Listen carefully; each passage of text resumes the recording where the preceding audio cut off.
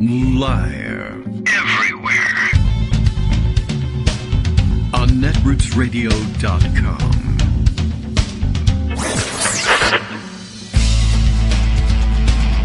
David Waldman. Kagro. In the morning. Now, here's David Waldman. Well, hello, everybody. Hello, hey, how you doing, everybody? It is Monday, April 24th, 2023. I don't know, I wanted to skip ahead to 24 there, but I don't know, there's trouble enough in store for us in 2024, I'm sure. No reason to skip ahead. In the distant future, people will laugh at the idea. I can't believe he wanted to skip ahead to 2024. He doesn't even know what's coming. How cute. Well, you know. What can you do? I imagine disasters will befall us at some point, but hopefully we come out on top and all is well, and we are able to continue to write down history and pass it on to the next generation, etc., as opposed to, say, I don't know, being destroyed in some fashion that puts us back in a prehistorical posture. Hey, I hope that doesn't happen. However, today, I have no time for that, so that can't possibly be happening. We will check around with the news. We, of course, will rely on Greg Dworkin to tell us, I don't know, what happened in the last couple of days. Even though, as I mentioned, he's not contractually obligated to look at the news after Thursday, but it's a habit of his. So we indulge it. Let's see. As a matter of fact, Justice lets us know a little bit about what's going on in the news in offhand, jokey remarks in the morning, sometimes, some of which are misinterpreted. But, these are often things that I've missed otherwise. I don't know that I would have registered that Ron DeSantis spent time in, I guess he's doing a world tour now because he's totally not running for president. The headlines were saying he's playing down his 2024 bid, but for no reason whatsoever. Florida, by the way, I think pretty much, I don't know whether they've recovered from it or not, but more or less, if not in it, then immediately after a state of disaster, essentially, with torrential rains that dumped like 20 inches of rain on parts of the state. It's mostly underwater to begin with, and now just worse, but he's decided to, I guess, it's 10 o'clock. It must be time to gallivant. I must leave. I'm going to Japan. So he spent some time in Japan over the weekend. He didn't do anything horrific. That's good news. He didn't start a war with Japan or tell them that they were too woke or that there wasn't going to be any Japanese people allowed in Florida or anything like that. So, reasonably good visit. By those standards, Justice's line of here was that he went to Japan after the Cherry Blossom Festival, Ron DeSantis did, because he's the pits. Hi-oh! And I need a rim shot here for that one. And then, of course, another reference to another item in the news that it does get some treatment elsewhere. I see on the front page of Daily Kos that Hunter has treated this one, and basically, the underlying story here being, I'll use Hunter's headline here, facing labor shortages, the Republican solution is to rip up child labor protections. Of course, there's an entire, willing workforce that's just like, please let us in and we'll do this work and pay taxes. How about that? Would that be a good deal? And the Republicans say, no, better to have our kids skip school because it's too woke anyway. So why not have kids work instead? Because something. I don't know exactly what that's supposed to lead us to. But anyway, lots going on this week. Lots to catch up on from the weekend. News continues more or less unabated, regardless of our taking a short break for a couple of days. Not that I felt like I was on break. I don't know. I feel like I did an awful lot as it was. Anyway, by the way, tomorrow, more courtroom antics set for this week. And by the way, the Proud Boys trial still drags on, I think. And I've got a piece that I tucked away about, one, how long that's going on, and two, how poorly that appears to be going for them, and maybe why it appears to be going so poorly. But a new trial begins this week. Tomorrow starts the Gene Carroll lawsuit against the former guy. And we all know why that's happening. And, I don't mean to minimize it or anything, but I don't know. I thought it might be a little weird and triggery to do that first thing in the morning. But it happens. We all know what's behind it. And it will be exciting to see that develop and for Jean Carroll to get her shot at justice here. That would be nice.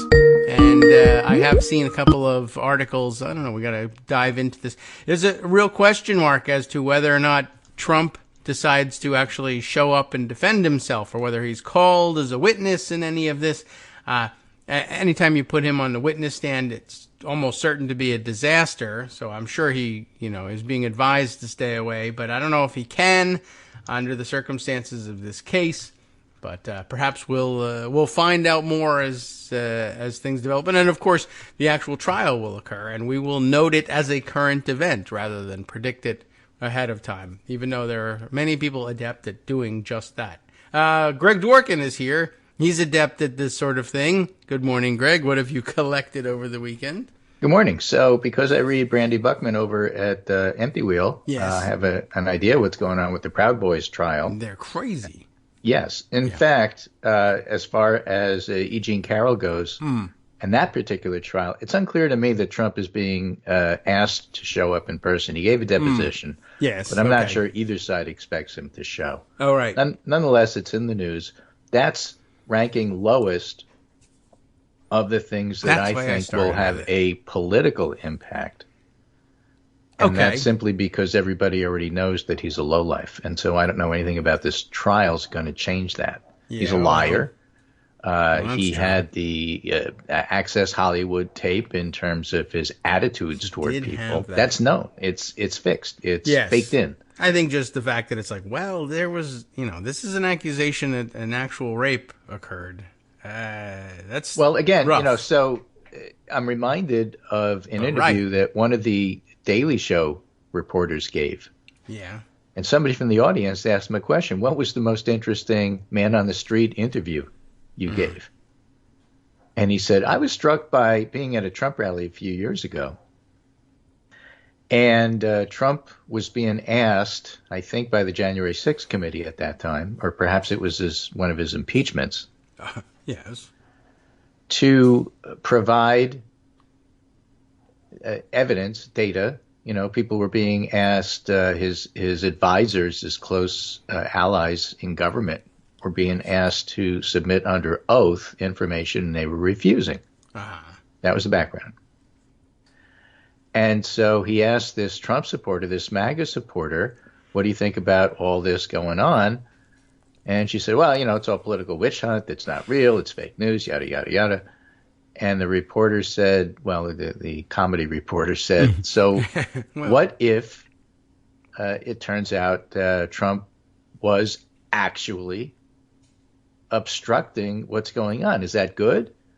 And the woman said, no, it's not good. It's terrible. But that's not really what's happening. That's fake news. At least we have that. Yeah. He's not obstructing anything. And the reporter said, the comedy reporter said, well, but he's preventing these aides from coming in and giving information. And that's obstruction. So isn't that obstruction? Mm-hmm. And you could see the wheels turning in the lady's head because this was cognitive dissonance. Yeah, at least they turn. Right? And it took a few minutes. And she didn't answer right away, but she thought about it. Then she turned to the guy and said, I don't care. Well, and he said to the lady in the audience who asked the question, this was like a defining moment for me. This really just completely encapsulates his support in the Republican Party. Yeah. You can't argue with them. It's not logical.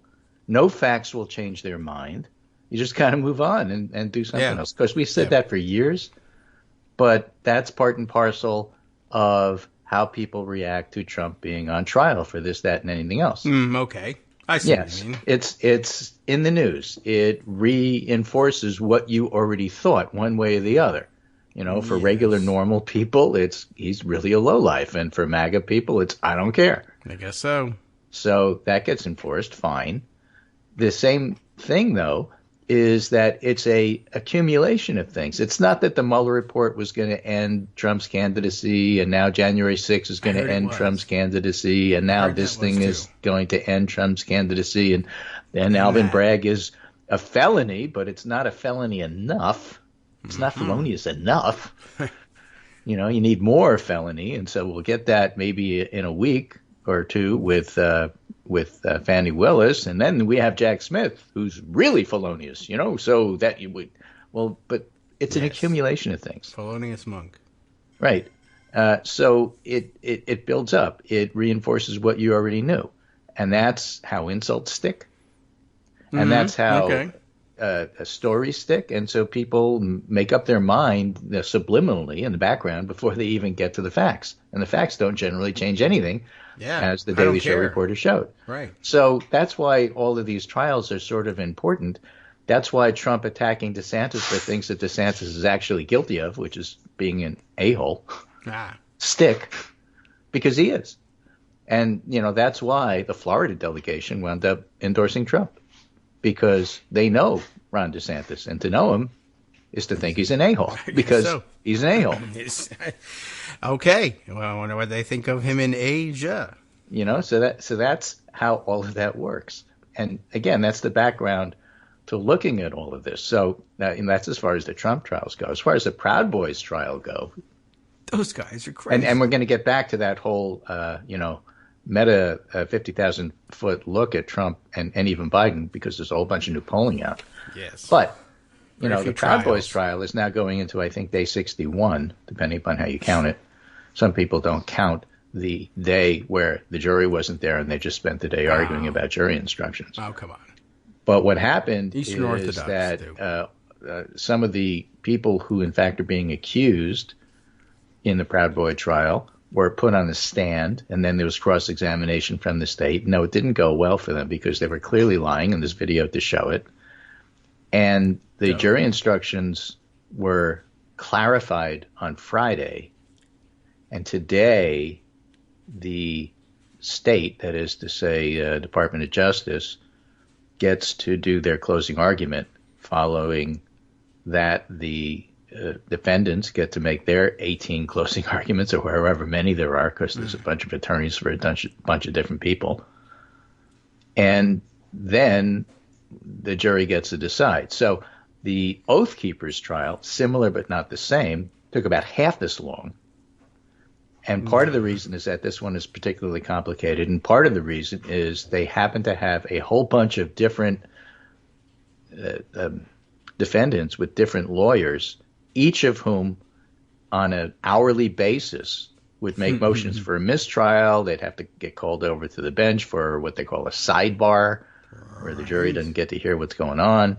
And it just was like delay after delay after delay after delay. I object to this. Well, you just gave me evidence you didn't give me before. You were holding back on me. I demand a mistrial. You gave me stuff, and it turns out I checked it, and there's hidden information there that has nothing to do with the trial, but I'm going to say that this is reason for a mistrial. Yeah, every day there was something like that. And that's why it's taken so long. Okay. The funny thing is, it may take 60 some odd days or 62 or however long it takes to give the jury the information, and they may come back in just a day or two in terms of what's going on. Yeah. We heard you. Wasn't convincing. Yeah, we heard you. We heard 18 versions of what you said. And you are guilty, guilty, guilty, guilty, guilty, guilty, and guilty. Yeah, wasn't that a song from The Sound of Music? No, I don't know. Hello, goodbye. Oh, Peterson. Oh, okay. I see. And you, and you. All right. There's a line. Okay, gotcha. I remember that one. I don't remember them. Guilty, guilty, guilty. There's plenty of Nazis that could have been doing it. I'm sure that was, one of the lines they just didn't make the final movie. You. I got you. Right. Yeah. Oh, well, they might have sang their way to Nuremberg. It's possible in the sequel. Right. The Sound of Justice. It was a much less popular film. Something like that. So, again, a whole bunch of trials going on, a whole bunch of information going on, and this all seeps in to give you the background for looking at the candidates. So where do we stand right now with the election right around the corner next year? Well, we have people like us who are interested in politics following what's going on, and we have normies saying, it's next year, leave me alone. Yeah, right. And that's incredibly important because it flavors the polling. Ah, okay. Right? When you ask normal people, who are you going to vote for? I don't know. It's next year. Leave me alone. Sure. Well, who do you like? I don't like anybody. Yeah. Okay. Well, what does that mean? Well, I'll tell you what that means. It means I don't like anybody. But in addition to that, if you push me, I'll tell you a little bit about what it means. Yeah, that's dangerous because then you know what they'll do? They'll push you. Yeah, then you get You're pushed stuck back. there for. All right. Okay, so let's go look at the NBC poll that came out over the weekend. What are they doing? And Sahil Kapoor is summarizing this in a thread. I gave you most of the important and relevant information there, but I'll give you the whole thread in case you actually want to look at it. I don't know. These days why you want to do that. It's on Twitter, but there it is. I don't know that place. Oh, all right. And by the way, Twitter can be very, very funny. Somebody posted a picture of Elon Musk tweet. Yeah. Took a screenshot rather than actually posting the tweet where Elon Musk was begging people to spend the $8. Okay. Yes. To get a blue check. Mine is gone now, by the way. The legacy checks are gone. Yeah. And no way I'd ever pay for it. And no way most people would pay for it. But Elon Musk is begging people to pay for it because his whole plan of making people pay for it is, failing. Mm-hmm. And somebody screen capped that and then added the comment, quote tweeted the comment, I'd rather crash my car. And someone else said, well, he can do that too. Right. Would you like that done? $8. Right. So to give you an idea of what's going on there. So nonetheless, Twitter often has things that just nobody else has. And here's an example of that. So Sahil Kapoor writes, here's the problem with the GOP's Trumpism, but without Trump drama. Theory of defeating him. The MAGA movement is less popular than Trump. So if you want MAGA without Trump, that's a minus 21, positive and negative approval. 24-45. MAGA movement, minus 21. Trump is minus 19. It's close. So although Trump is unpopular and Biden's at 10, same thing. Black Lives Matter movement is minus 2, by the way. Wow. So MAGA movement is way less popular than Black Lives Matter. And it happens to be marginally less popular than Trump. So getting MAGA without Trump is even worse for the Republican Party, which is one of the reasons why Trump is going to wind up being their nominee, unless something else happens with one of those other trials that we haven't talked about yet. Okay. Which hasn't happened yet. That's why we haven't talked about it yet. Despite concerns about his age, Biden is still seen more favorably than Trump, GOP, and the MAGA movement. And the issue of abortion is highly salient with Americans today. 61% rank it 8, 9, or 10 in importance. 10 is the highest. 43% say it's a 10. 10 out of 10. Would 10 out of protest 10. again. Yeah. Okay. Overall, 58% of U.S. adults say abortion should be mostly always legal. 38% say it should be mostly or always illegal. And that's a shift from a few years ago when it was more balanced. Biden's approval is 41 approve, 54 disapprove. Should Biden run for president in 24? 70% say no. That was the headline. 26 say yes. And of the no, 69% say age is a reason. Yeah. Okay. But when you look at the polls, in the NBC News poll, nearly 70% of GOP voters stand behind Trump. When you look at the AP NORC poll, 81% of Democrats stand behind Biden. All right. All right. I mean, so Biden's got more support in the Democratic Party than Trump does in the Republican Party, although that's not the headlines. Oh, yeah, well. Right? 78% of Democrats, despite their reluctance, say they approve of the job he's doing as president for Biden. And a total of 81% of Democrats say they would at least probably support him. Okay. So Trump gets nearly 70%, and Biden gets more than 80% of their respective parties, which is Biden, basically beating Trump in the election when you come down to it. And then the Wall Street Journal poll was out, looking basically at the fact that Trump is clobbering DeSantis in the Republican primary. That was a basic focus of the poll. Mm-hmm. But they had this little tidbit where they show Biden beating Trump by 3. Biden tops Mr. Trump by a big margin, 54-15. What? among voters who disapprove of how both men handled the office of presidency. Oh, okay. I don't like the way either of them. So I don't like either this one of them. I don't like the way they did their job. But 54 to 15, I would vote for Biden. Yeah, well, okay. If that's what I get, okay. But I mean, those kind of underlying things is what makes Biden the favorite, is what I'm trying to say. Yes, okay. You can try to tease the numbers apart. Well, they both have support in their party. Yeah, but Biden has more. Well, people are very reluctant to see Biden as president. That's the headline there. Yeah, but you have to step back a little bit and put everything together that we've been talking about. First of all, abortion remains the issue in the election. And that cuts across Democratic, Independent, and Republican lines. What the Republicans are doing is so unpopular that there's now newspaper articles cleverly leaked to the press so that Republicans can get their message out that the national Republicans are not going to push for a national ban. Well, they never had a chance of having that happen, but it's a messaging thing. Well, they're not even going to do that. Well, that's because they can't do anything. Okay. But no, it's part of our strategy. We plan to not do this.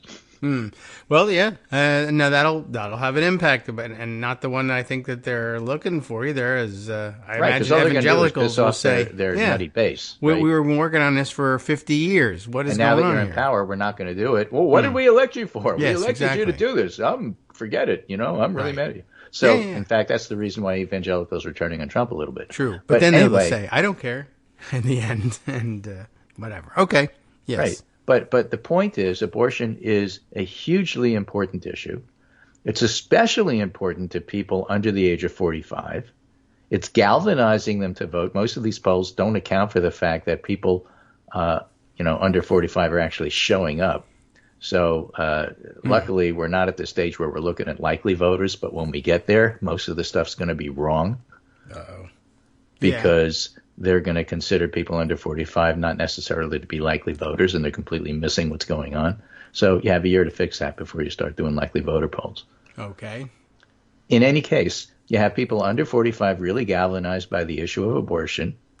You have people under 45 really getting interested in politics. You have people under 45 showing up, turning out to vote, maybe not the 18 to 24s in the Chicago election, but the 25s to 45 certainly showed up in the Chicago election for mayor. Everybody, including the 18 to 24s, showed up in Wisconsin and Kansas when abortion seemed to be specifically on the ballot in one way or the other. Yes. And so this particular group of people looks at Biden and say, he's too old. Are you enthusiastic about? No, I'd really rather have somebody else. Okay, I get that. I recognize that sentiment. And it's not just Democrats, it's also independents. You would rather have somebody else. You'd rather have somebody closer to your age who you feel represents your views. I get all of that. Now, what if I told you that elections are a binary and you get to choose between two people? Oh, well, that's a different story. I'm voting for Biden. Yeah. Well, okay. So, again, you have to look at what the underlying stuff is, and it's misleading. Because if you look at, compared to Biden to Trump, I hate them both, like 5-1 or 4-1, I'm voting for Biden. That's important. I really wish somebody else younger would run for the Democratic nomination. It's not important because it's not going to happen. I mean, it could, but it won't. I mean, it may be reflected in what you tell the pollsters and, what your polling number, but it's not real. Yeah. And even the people saying it know it's not real. Yeah. Okay. I mean, so that's way different than, how important is abortion to you? It's a 10. Yeah. Well, how important to you is that Biden is 80? Well, it's a 3. Yeah. I don't like it. Basically. Yeah. Okay. I can understand that. And then ultimately, do you like which of these two? I don't like either one of them. Okay. But if you had to vote for one of them, please, shoo in. Are you kidding me? Right. And now you tell this to people, and you tell it to people on our side who are pessimistic, and they say, yeah, but they could just stay home. Have you seen what happened in Kansas and Wisconsin? Have you looked at the turnout for elections for the past couple of national elections? People are not staying home. Even for when they're not national elections. The Supreme Court election in Wisconsin was enormously important, and everybody spent lots of money saying so. But we spend money saying so all the time, and people ignore it. Yeah, but not this time. They showed up. So there you go. I think you're right there. So now the idea that, they'll just stay home because they're not enthused, that doesn't move me. Again, unenthusiastic votes count just as much as enthusiastic votes. I guess and that's so, true. That doesn't, I'm rabid. I'm going to, well, yeah. It turns out the most rabid people on the other side are actually sort of pissed off at the Republican Party because they're not extreme enough. Yes. Well, all right. I mean, ultimately, yes, it's a good point that an unenthusiastic vote, they don't try to discount those. Although maybe that's an opening for Republicans. They'll now be saying, maybe we can use, I don't know, somehow we'll use AI to measure enthusiasm and we'll diminish the vote by some percentage. And then MAGA, that's how MAGA wins. We're crazy for Trump. Right. And you people are like accepting of Biden, so we win. So this was funny to me, at least. It was the written word, and perhaps looks better written than it does when you tell it on a sound medium like what we're doing right now. Yeah. But Mrs. Betty Bowers tweeted that, and this happens because Moms for Liberty, the book burning people, were on CBS Sunday Morning. Oh. Getting a both sides sort of, look how hard they're working kind of approach. Okay. And Mrs. Betty Bowers said, I'm still laughing at somebody on this site here, Twitter, calling Moms for Liberty clanned, with a K, clanned Karenhood. Yeah.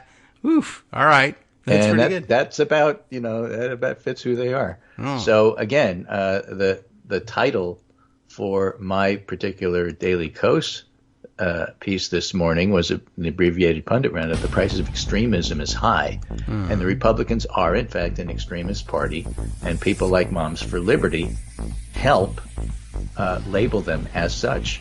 That's true. And so Rent is too damn high. I think we win the next election. I'm not guaranteeing it, but I think that the opium is justified. Okay. Well, as Simon Rosenberg might say. It's a rare thing to hear people say. So, okay. The numbers certainly argue that way, and you're just reporting the numbers. It's not your fault. Sup, fam? It's your boy Darwin, a.k.a. Darwin_Darko, a.k.a. the most reasonable man in America, a.k.a. KITM's senior black correspondent. You might remember me from such recordings as Spacemen vs. Space Cadets and We Need to Talk About Joe Biden. Today, I want to bring you good news about that thing you've been struggling with. Do you suffer from giving too much of a damn? Do you turn on the series of tubes and find yourself outraged at the particular way some news organization strung some sentences together only to realize, nope, this is not some fictional hellscape? Well, guess what? You no longer have to accept the life of giving too much of a damn. You can do something about it, because even you, yes you, can be a show contributor. Now I know what you're thinking. Hey, Mr. Most Reasonable Man in America, I'm not some professional podcast talking guy. Don't worry about it. Do you have a smartphone or some other electronic recording device? Well, that's all you need. You too can have a segment where you can read us an important article and give us your take. Read one of your own original essays, or even just give us your commentary on something you'd like to share that's important to you. Fair warning though, side effects may include general punditry, having opinions and hot takes, getting stuff off your chest, and hearing your own voice. If your recording lasts longer than 5 to 7 minutes, please consult kagrox@gmail.com. That's KAGROX@gmail.com.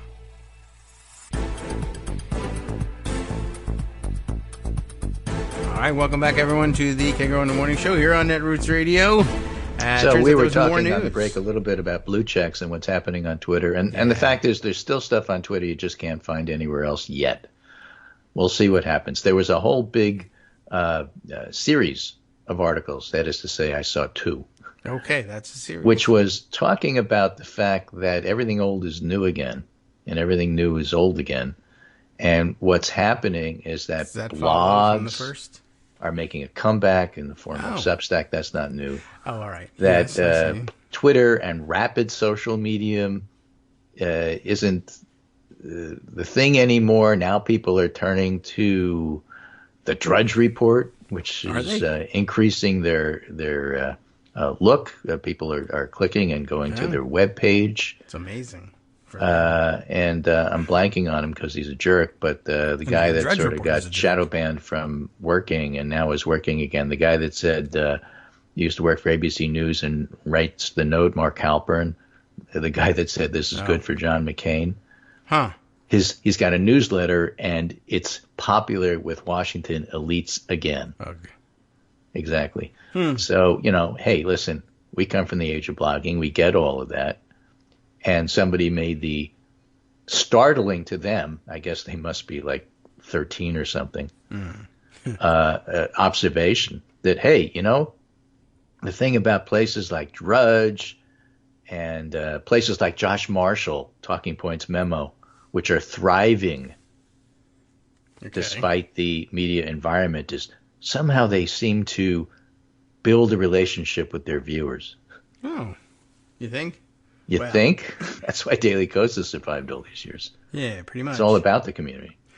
Yes. Well, okay. I mean, right? It is amazing. What would it be without the comments? I don't know. And they tell you not to read the comments, and it's like, but that's the whole thing. That's the whole thing. Daily Kos is the comments. I write stuff there, but it's what people, say in return and the dialogue that happens afterwards. I didn't know that Drudge was still around. I guess I figured he was just. Well, we didn't look at it when he was around then. Yeah. And then we didn't look at it when he was around, but not all that popular, with people turning to Twitter when Trump was on it, et cetera, and whatever Tucker Carlson's site is called, which I forget, Daily something or other, Daily Nazi. Yeah, that's right, Caller. Yeah, that one. So with a K. Yeah, with a K.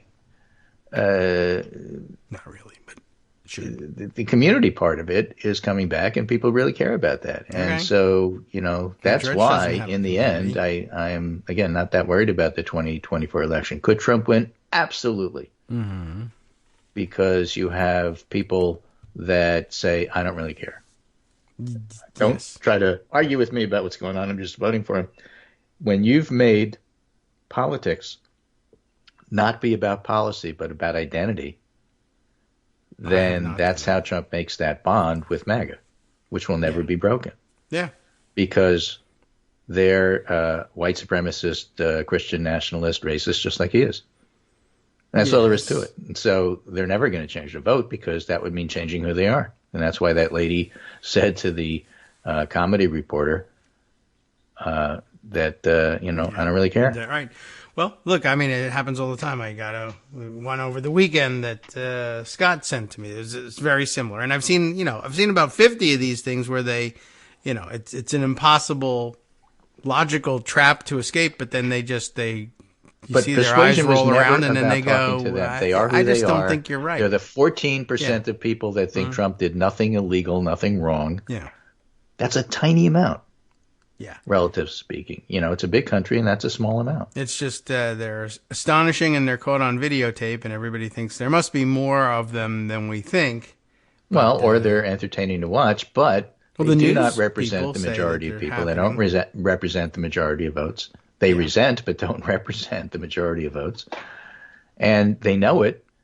And that's why the Republican Party as a whole is getting more and more explicit about banning votes, restricting votes, throwing people out who don't vote the way they want to. Oh, by the way, an interesting thing happened with the Tennessee Three and the environment in which they thrive. Okay. I don't know if you heard about this one, but as you know, two of the Tennessee Three were thrown out for protesting against the inexcusable refusal of the Tennessee House to do anything about gun safety, but then they were reinstated because the community wanted them back. Right. And one of the people on the Republican side, one of the leaders of the movement to expel them, had to resign in disgrace. Yeah, I did. Did you hear about that? I did hear about that one. Yep. For basically aggressive, sexual, inappropriate, filthy dirtiness. Filthy dirty. I mean, assault kind of stuff. Guy.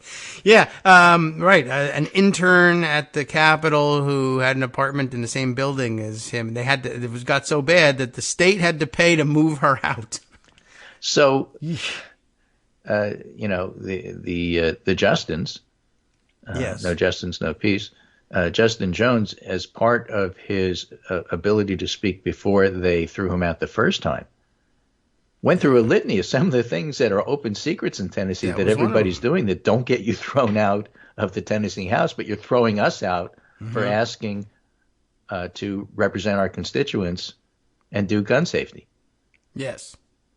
And this is one of the things he was referring to. Right. They all knew it, and then... everybody knows it. Everybody knows a lot of stuff about the current speaker that he's denying. That's true, too. And now it's become an issue, and now local reporters... And it's become an issue, and local reporters are all over it, and that's because the spotlight has been shined on them, and you turn over the rock, and this is some of the stuff that scuttles out. Yeah. So congratulations, Tennessee GOP. You did a great job.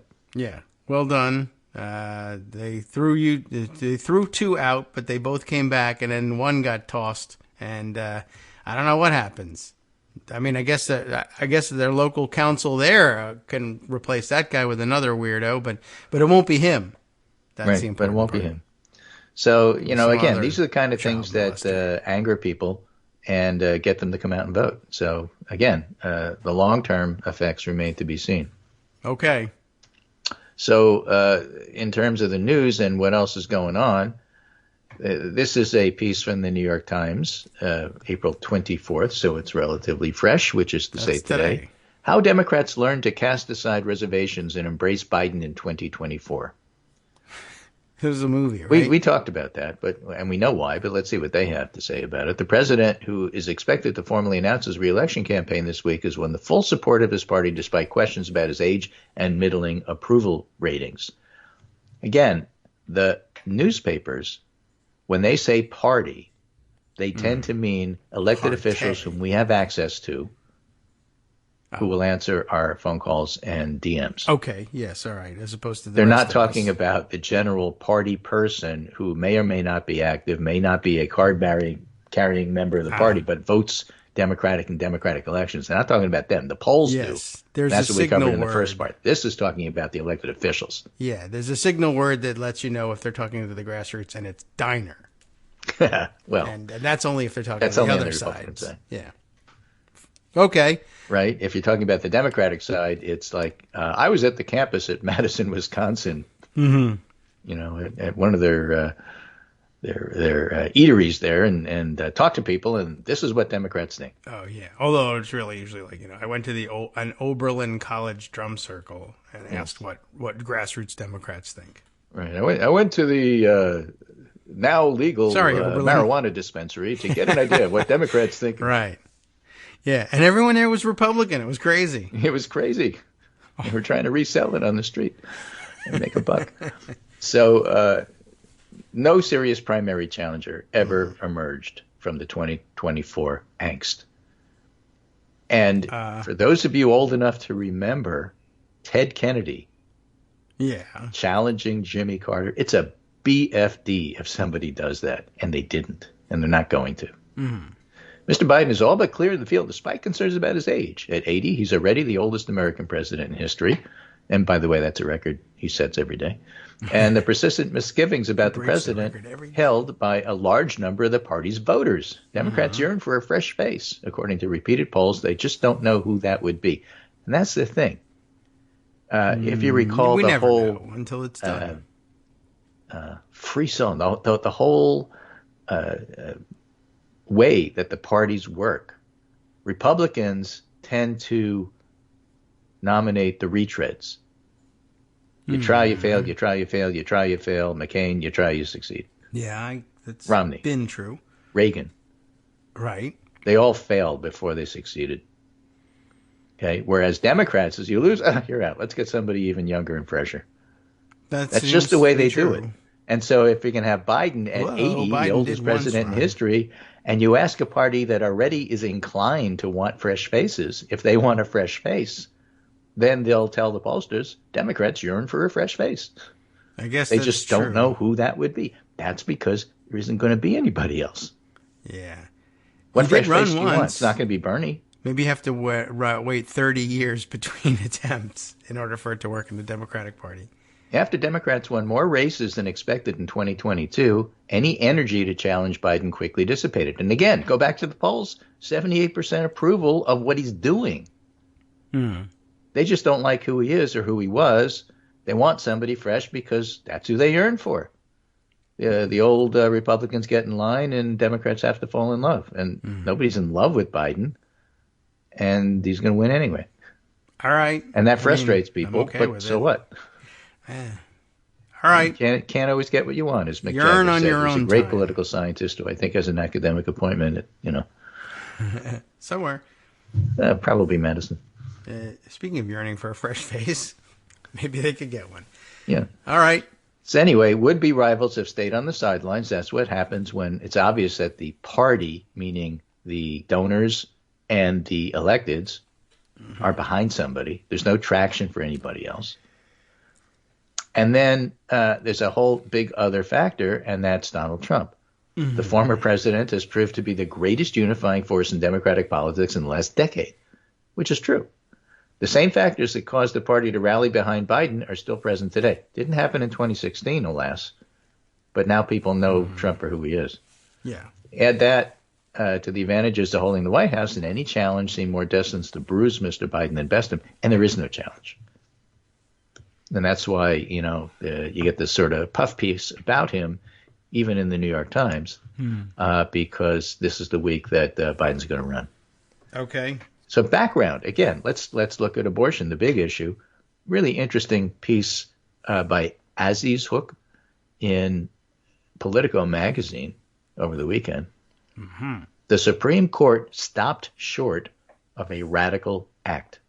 Okay. They tend Both to the try to do Mifepristone ruling and the Wisconsin judicial election suggest the politics of court reform are shifting. And if it's a too long didn't read article, basically, whereas Republicans always said the courts are really important, that's how we get what we want, and Democrats said, yeah, but there's a whole bunch of other things that are really important, especially the White House. Turns out Democrats have gotten clued into the fact that, hey, you know what, courts are important. Yes, it's been a long time coming, but yes. Yes. It's here. It happens. It's not something you have to rail about. I mean, Armando's been on this for a decade. Yeah. People finally caught up with him. The decision to maintain the he was always right about that, but people finally caught up to him. The decision to maintain the status quo on Mifepristone by the same court that struck down Roe v. Wade may be a quiet nod to the waning legitimacy of the court and a concern about further backlash. Again, you have to step back and look at what happened over the weekend. What happened is that the Supreme Court basically put an administrative stay on Kaczmarek's article, Matthew Kaczmarek, Yes. in Texas. Right. The Fifth Circuit struck down some of it, but not all of it. And the Supreme Court said, no, it's all on administrative stay till the Fifth Circuit figures out what's going on, however long that might take. Okay. Hopefully until after the next election. They think so. They think so. Actually, it's going to come up just as the next election is going to be decided. But the point is they put this administrative stay there. Alito took the case because he supervises.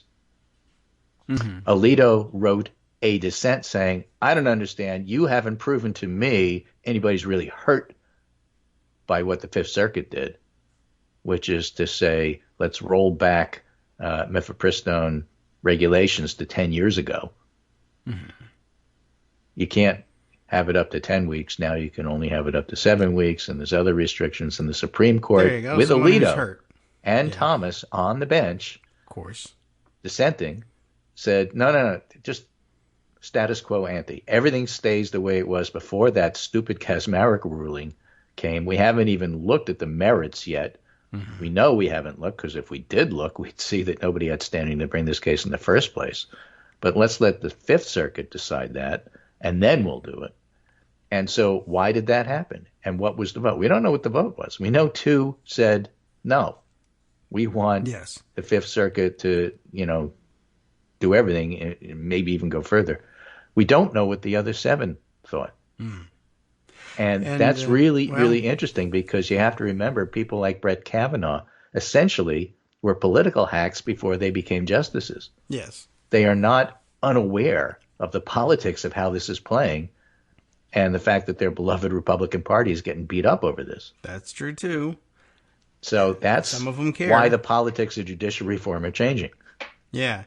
And Alito played an interesting role in this too. As he put the initial stay on it, having supervised the Fifth Circuit's which we work. expected. That's like almost automatic, even when you wind up agreeing with the people who you just screwed. As opposed to, but it points us back to, the one or two traditions that the court is still holding on to, where, and in so many other places, Republican appointed judges have said, I don't really care what usually gets done. I really prefer this outcome. So to hell with the rules.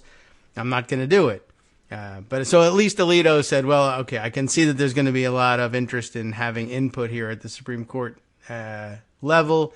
I'll put a stay on it and then later say why there should be no stay on it. But okay, he's a bit of a weirdo. What can you do? Yeah, but at the same time, it also gives him the ability to stick his toe in the water and see what the rest of the Supremes think about this. Which is sometimes helpful for his clerks who actually rate the opinions. Right. I guess that's true. Why not take attendance every once in a while?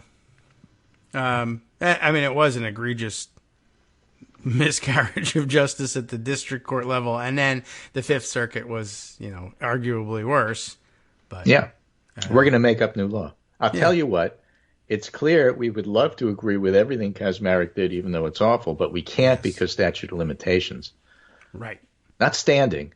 Not merits, but statute of limitation doesn't allow us. So we'll give you whatever we could out of it. White. Because it's not like we're trying to legislate from the bench or looking for an excuse to agree with something not based on law, but we are. Yeah. Well, it was interesting to see them say, what a miss. How could you, it's written down right here, 6 years. How do you not read that? It was too much for them to ignore. Yeah. But the guy's still a federal judge anyway. Right, exactly. And so he's got a lot more this article says the high-profile state Supreme Court race in Wisconsin and the potential fallout suggests that things are shifting. During the midterms, that quintessential purple state delivered slim victories to a Democratic governor and a Republican senator, and less than 5 months later, a left-leaning candidate, Judge Janet Protasewicz, ran up a double-digit advantage over her right-of-center opponent. That's the way I saw it. You remember people like Henry Olsen saying, no, it's just because Dan Kelly was terrible. Dan Kelly was terrible because he represented that point of view, and abortion's a big deal. So the Protasewicz win fits awkwardly with a well-hallowed chestnut of political wisdom that the politics of judicial power aren't symmetrical across the party line. Simply put, Republican voters have stronger feelings than Democrats about judicial appointments and cast their votes in primaries to punish or reward candidates on that basis. And there's some evidence that Democratic voters punish candidates who sent their campaigns on the courts. So, kitchen table issues, guys, you got to talk about that, not just abortion. Well, yeah. However, the point is that's changing. So in addition to Biden's own centrist, institutionally minded temperament, it's likely this uneven pattern of voter attention to the courts that shaped the way in which the Biden White House has approached the politics of court reform. For example, appointing a commission that was going to do nothing, who's designed to do nothing, and then they did nothing, and you probably don't even remember it existed and that they gave a report. Who cares? Not until you just said it. Right? But Wisconsin's judicial election earlier this month suggests the White House assessment of how judicial politics plays among Democratic voters no longer holds water. That election may signal a broader shift in the tectonics of voter mobilization in respect to courts and judges more generally. And the most obvious reason for thinking something's changed is it was Democrats who were galvanized by the judicial election. And these voters, moreover, were moved by the issue of judicial power, but were not motivated as much by the goal of electing Democrats. In a state Senate race held that same day, the Republican candidate won. And that, too, was a highly consequential election, giving Republicans the Senate supermajority and the votes to oust officials through impeachment. I would point out that was a Republican-leaning district, and the Republican only won by a couple of hundred votes. Right. The whole state didn't get to vote in that one. Yeah. But still, it's not a monumental, let's throw all Republicans out environment. It's Democrats actually have the advantage here, and if they put up good candidates, they'll win. Interesting. And so the guy who thinks that Dan Kelly lost because he was a lousy candidate should get together with the people who aren't being heard about Terry McAuliffe. Right. You can have a beer together and cry. Yeah, nor can it be said that the issue of abortion made all the difference. The question of reproductive choice plainly loomed large in November 2022, yet Ron Johnson won. Yes. And abortion politics explains in part why Protasewicz won, but it can't be the whole story because, in fairness, Dan Kelly lost his last election by 11 points, too. Well, whereas Terry McAuliffe did not. Right. In the wake of her election, we may also see more realignment in the politics of court reform. But in Wisconsin, Republicans are talking about impeaching Protasiewicz before she even won the election. And that's all the more remarkable because Protasiewicz can be impeached only for conduct in office. Uh-huh. So they were talking about what she might do in the future. Actually, well, at least one person who was proposing it was saying, we're going to impeach her for her performance as a county judge. Which was interesting, and not far removed from one theory of how you remove Brett Kavanaugh. Right. So some state GOP lawmakers have since backed away from such talk. Oops. And in any event, the Democratic governor would be empowered to appoint a replacement, which is why it's a whole stupid discussion anyway. Well, then, yeah. But if the political script on judicial power gets flipped in Wisconsin, if GOP legislatures act to rein in a liberal-leaning court, what could this bode for a broader change nationally? What happens if conservative federal judges or Supreme Court justices advance a far-right agenda reviled by progressives and centrists? Yeah, what if? Surely the next time Democrats have full control of Washington, the push to overhaul the judiciary will be a top priority if they have the votes. A Biden-like figure wouldn't be appointing a commission. They'd be looking at expanding the court and doing other things. Yes. That's basically the thesis here. So, all right, you open Pandora's box. Let's see what happens next time. I guess that's true. It should probably be noted that some of the people who say, well, as between Trump and Biden, I'll take Biden, but I'm not enthusiastic about Biden, are probably people who are saying, what do you mean next time? We asked for some judicial reform this time that we controlled Washington, and then they didn't do it and blew it and lost control as well. So that's again, why I'm I not would remind everybody about it. listening, I have here on the show, because it's his show. Technically, he has me. One of the country's experts on the filibuster. Oh, and where? This takes a long time.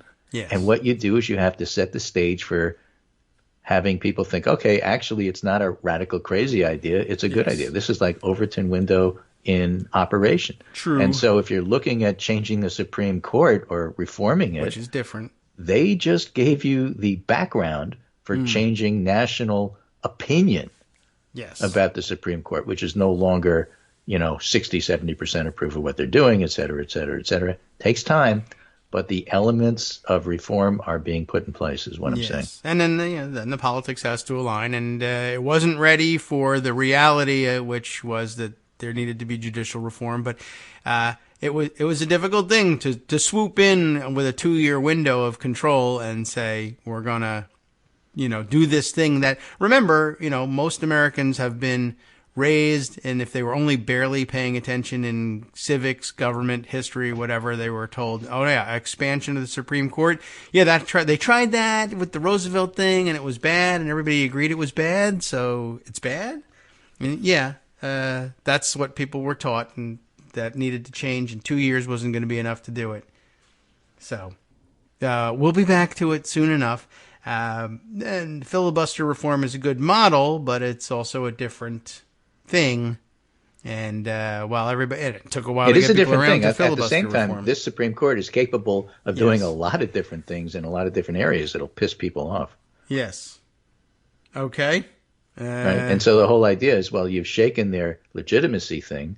Now that people are paying attention, what else are they doing that you don't like? And if they are doing things you don't like, what are you going to do about it? I mean, that's over time how that works. Okay. It's not like it's a one-off. Okay, they did this one thing, but I'm going to forget about it. No, they're going to keep doing things. Okay.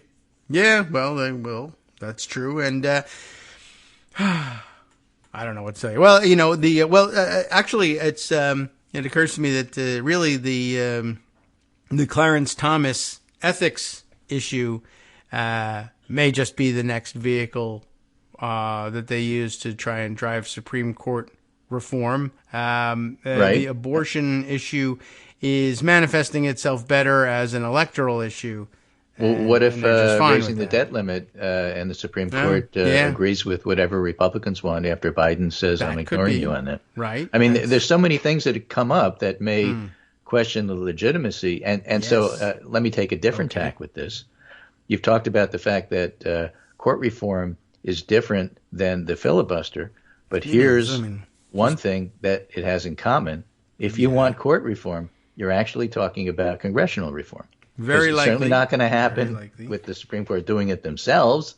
And That's true. If you want to reform Congress to get something done, be it filibuster or Supreme Court reform, it's slow. You have to, establish the predicate of why, and then it's going to take time. You can't do it in a 2-year window. That's true, and you're right, and that's been always part of the filibuster reform movement.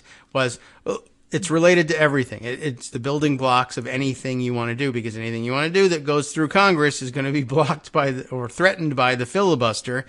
So you either have to get that out of the way, or it's going to, it's going to be the reason why you lose on 10 different things. But if you build a movement to remove that impediment, well, then you have less of an excuse for losing on those 10 things. And if you continue to lose, then you know who to blame. The electeds. They don't want to do it. But that's true. They are different things. But if you think you're going to get a congressional reform of the judiciary through without filibuster reform, you are probably largely wrong about that. So, okay, returning to that. Well, again, let me give you some Senate history and Chairman Senator James Eastland and blue slips, which we talked about last week. Yes. I mean, you have to push some of this change, and change can happen. And it has happened with blue slips over the past 50 years, but it has to happen more. Yes. And sometimes some of the changes you make get changed back. Sometimes some of the changes you make don't do the job well enough, and you have to do more change. But it takes time. Yes, and that's one thing we just don't have. At least, well, now we don't, because we're just about up against the end of our time for today. Right. We'll have more time Wednesday, but anyway, right. And Thursday. That's what it is for today. Okay. And I just thought it was an interesting overview of how things that aren't specifically polled, nonetheless, actually do have meaning. And so the old LOL, it doesn't matter. Actually, it all matters. It just sinks in different ways and then becomes, stuck. What can change the dynamics of the next election? A recession, but it doesn't look like we're necessarily, bound to have one. In fact, Biden's done a pretty good job of avoiding one, just like he's done a pretty good job in Ukraine, just like he's done a pretty good job on basically everything, just like infrastructure is going to start to, kick in when the election comes around. Yes, which is, I guess, why they want to repeal it so badly. Another reason to get out and vote and hold Congress directly responsible. Yep. All right. Anyway, see you Wednesday. Okay. We'll make that on our calendar. All right, welcome back now to the Kagro in the Morning Show here on Netroots Radio. He slipped out the back door just in time. I don't know, maybe we even heard the little bloop on the way out the door. Just to let you know that it was a real Greg Dworkin and not an AI-generated Greg Dworkin, because otherwise the transition would have been much smoother. But we always have lots more to say, and just no patience to wait for Wednesday to say it. Anyway, let's see. Other items up for discussion. Let's see. I'll go back to Pocket. I put a lot of things away. We'll see what's going on. I mentioned the Proud Boys and their ongoing trial, and I mentioned it because I had just seen something over the social media networks, not including Twitter. And whenever I see something from Amanda Marcotte, I pause and usually say, I'll read that. And then I say, I read too much from Amanda Marcotte, and maybe she should just come on Fridays and read her articles or something like that. But she's a busy person, and whatever. It's not like she refused to do it. I've never asked. I imagine she probably would consider doing something like that. I don't know. Maybe she would, maybe she wouldn't. But I don't want to give her any obligation. I don't want to make work for anybody else. She's busy enough writing these articles. I'll read them to you. I enjoy reading them, and I won't read them otherwise. So this is a better arrangement as far as I'm concerned, even though it would probably be great to have the author come on and tell you all these things. But then I wouldn't get to read the articles because I'm too impatient to read them unless I commit to reading them to you, you see. But this is a good one, I think, as all of them are. Egos over freedom. What does this mean? This is the Proud Boys trial as proof that MAGA will pay any price to avoid admitting they were wrong. I guess this is sort of an analog to what we find in all of these jokey / actually quite insightful interviews with people on the street who are MAGA supporters, who are asked by logical interviewers, yes, but don't you see the inherent contradiction in what you're saying? And they glitch out a little bit, and then the robot head resets and says, oh, I don't care about that. Or I think the one that I'm pretty sure it was Scott sent me this thing over the weekend. I'll take a look. But another one of those, on the street interviews. Yeah, here it is. And it was on Instagram. And is it one of the Good Liars guys? I can't remember. But anyway, essentially doing the same sort of man on the street interview. And the guy says, blah, I can't even remember what the topic was. But, you're completely wrong. The media has it backwards. You could look it up. I forget even what they were talking about, which stupid issue it was. You can look it up. And of course, the guy's like, I could look it up? Yeah, you could look it up. Well, I have my smartphone right here. Hold on a second. I mean, we're not on live TV. We're on videotape. So hang on right here. Let's look it up. Let's look it up. And they looked it up, and they basically, he finds all these news reports that say, so-and-so a thing, whatever the hell the topic was, not actually true. And, proven false, and doesn't hold up to scrutiny, and fact check says no. And eventually the guy's like, well, that's what they tell you. Of course they tell you that because the news media are liars. And, it's like, look, there's no convincing you. But you said I could look it up. And I looked it up, and everything that there is when you look things up, it says it's not true. Yeah, well, that's another lie about the whole. So, there's no convincing them, obviously.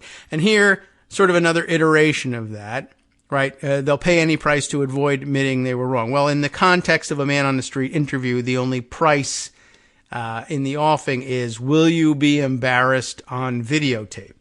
And it's not even tape. It's, it's digital and yada, yada. Forget all that. Will you be embarrassed in front of the world? And of course, well, for them, they're like, oh, I'm not embarrassed. But the rest of us are embarrassed for you.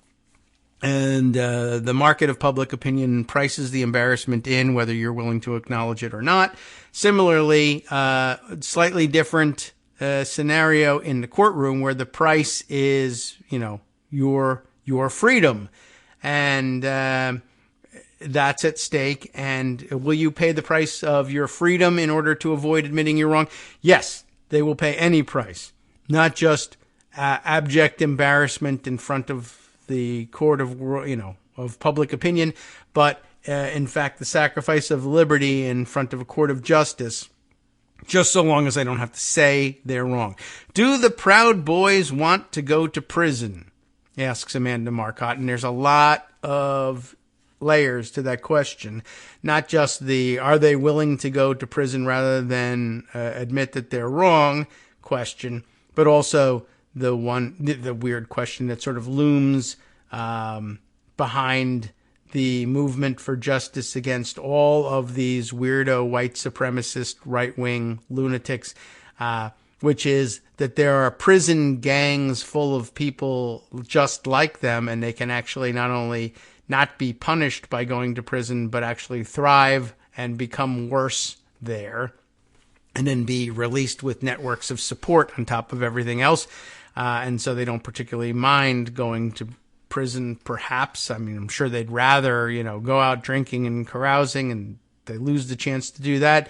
But it's not as much of a punishment, perhaps, for them as you might imagine it would be for you. And so it's a great fun for them to threaten to murder you. And if they get to murder you, fantastic from their point of view. Terrible for you, by the way. And then, but what about the threat of prison? Well, what about the threat of prison? If you kill them before they're able to kill you, and you're unsuccessful in arguing your own self-defense, prison will be a nightmare for you. Whereas for them, who knows? And they tell one another that so that they are encouraged to threaten your life every time they come in contact with you. But anyway, that's a totally different story, believe it or not. She's talking about a different angle on this. Do the Proud Boys want to go to prison? For those who have been following the seemingly endless D.C. trial for 5 leaders accused of crimes related to the insurrection of January 6th, it's starting to become a serious question.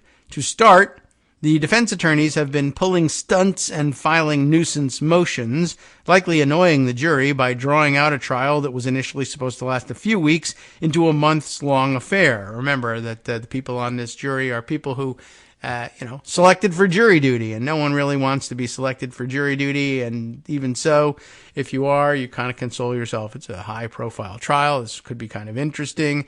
But even so, the lawyers say it could last a couple of weeks, and that's terrible. And you prepare yourself for a couple of weeks, and it turns out to be a couple of months, and then you're sorry you did it. Pretty much like any good deed in the world. But at any rate, there's also remember that the defense attorneys pulling the stunts aren't likely the ones going to prison, so they have different incentives here. But anyway, most bizarrely, she says, the defense keeps undermining its own strategy. Despite the circus atmosphere that has prevailed since the court procedures began late last year, and remember, it's almost May now, the legal team for the Proud Boys seemingly has a simple defense. The right-wing group never intended to be the vanguard of Donald Trump's insurrection, but were just innocent protesters who got caught up in the moment. It's not a sound defense, but it's one you can offer. See if if the prosecution can prove otherwise. They can. They have it on videotape. They have texts and messages that say, we would like to be the vanguard. We intend to be the vanguard. And now you say otherwise? Well, that won't really work. But it's always been a tough case to make. That's a understatement. As with the members of a similar neo-fascist gang that was convicted on similar charges, the Oath Keepers, there's a pile of text messages and video evidence demonstrating how intentional the attack was. This may be why the defense team decided to let Proud Boys defend themselves on the stand, hoping they could, quote, humanize them to the jury. That's a pretty big mistake because these are among the worst humans that we have to offer. But, otherwise it's just straight to jail. So why not try it? Anyway, time will tell, of course, but so far this feels like a risky bet. Defense witnesses have been cantankerous and revealed themselves to be dishonest. That was always going to happen. But again, here, I guess the situation is, well, you're going to jail at the end of this trial. Do you want the trial to last a couple of weeks or a couple of months? The answer is a couple of months, right? Less time between my going into prison and Donald Trump riding to my rescue and pardoning me, I guess is probably their theory. Or at the very least, let's, enjoy freedom for as long as possible. If we enjoy it at all, maybe some of them are in a rush to get to prison. Defense witnesses, again, have been cantankerous and revealed themselves to be dishonest because they're Proud Boys. They have done a poor job of showing remorse and instead have often doubled down on the conspiratorial thinking that got them into trouble in the first place. That it's even gotten this far is part of a more disturbing phenomenon that's characterized the past couple of years after the insurrection. The outsized egos that characterize MAGA America will not allow Trump supporters to admit they were wrong. I think that's a prerequisite for being part of MAGA America. That was the point of MAGA America, and that was the point of Donald Trump, is his outsized ego. And he taught his supporters, you should try to have one of these too. It's great. It makes you a billionaire. That's the theory, right? America will not allow Trump supporters to admit they were wrong. Oh, I'm sorry. What is this? Oh, okay. We would love for them to admit they were wrong. That's part of the previous sentence. The outsized ego that characterized MAGA America will not allow Trump supporters to admit they were wrong. America would love for them to do so, though. Not even when the costs of refusing to back down are spiraling. In some cases, the massive losses are financial, lots of fines or paying for attorney's fees, etc. In others, as with the Proud Boys, they are literally facing the loss of freedom. Well, what we would consider freedom. They might consider it going to summer camp in the end. On Thursday, Proud Boy defendant Dominic Pezzola had what the New York Times described as an, quote, outburst. Initially, Pezzola's plan seemed to be to present a face of remorse to the jury. I'm making like a sad clown face. Claiming he wants to, quote, take responsibility for my actions on January 6th, but this sad boy act seems to have fallen apart pretty quickly under cross-examination by the prosecutor. That's the point of cross-examination. Pezzola started raving about, quote, this corrupt trial with your fake charges, not unlike Saddam Hussein did. He also ranted about the pandemic restrictions on the stand, because that has lots to do with everything, complaining about, quote, unconstitutional lockdowns from a, quote, tyrannical government, a stance that's even harder to sell in an era when those restrictions are long over. Never mind the fact that they were under the Trump administration. I mean, that was the height of the pandemic, January 6th, and whatever. Anyway, this was after Wednesday's testimony when Pezzola revealed that he's still deeply buried in the world of conspiracy theories by repeating claims that have circulated in insurrectionist circles, falsely accusing one of the rioters of working for the FBI.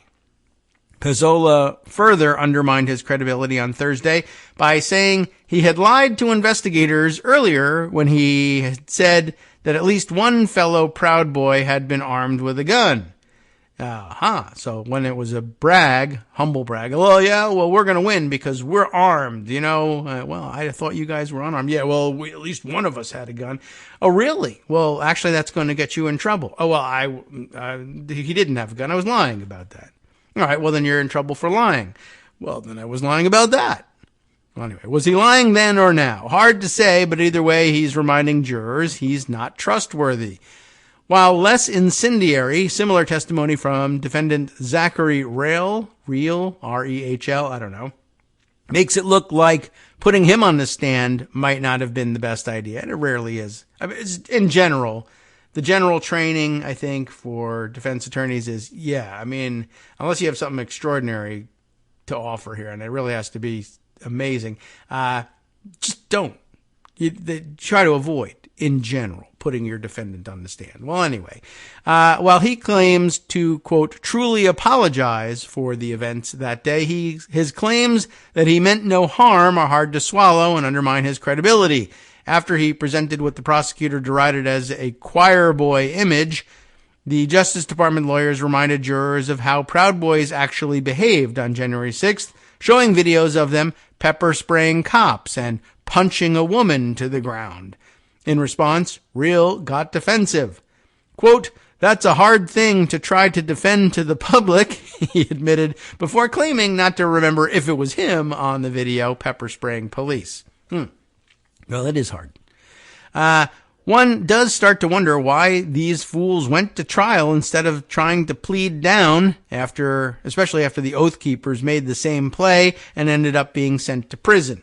But remember, I guess part of it is this is a whole toxic masculinity cult. We don't back down, even if it does mean going to prison for longer, but also secretly, sub rosa, we don't mind being in prison because that's kind of our people, and maybe it'll actually toughen us up because, quite honestly, the vast majority of the Proud Boys are a bunch of weird, wimpy, doughy guys, and maybe they think this will turn them into hard cases. Anyway, it's a bad bet if you're not actually already a tough guy, but all right. Anyway, if they were trying to be martyrs, they'd own their behavior openly instead of playing weaselly word games on the stand. That's a good point, too. No, it appears like the Proud Boys, the Oath Keepers, and the Oath Keepers before them, they went this route for a simple reason.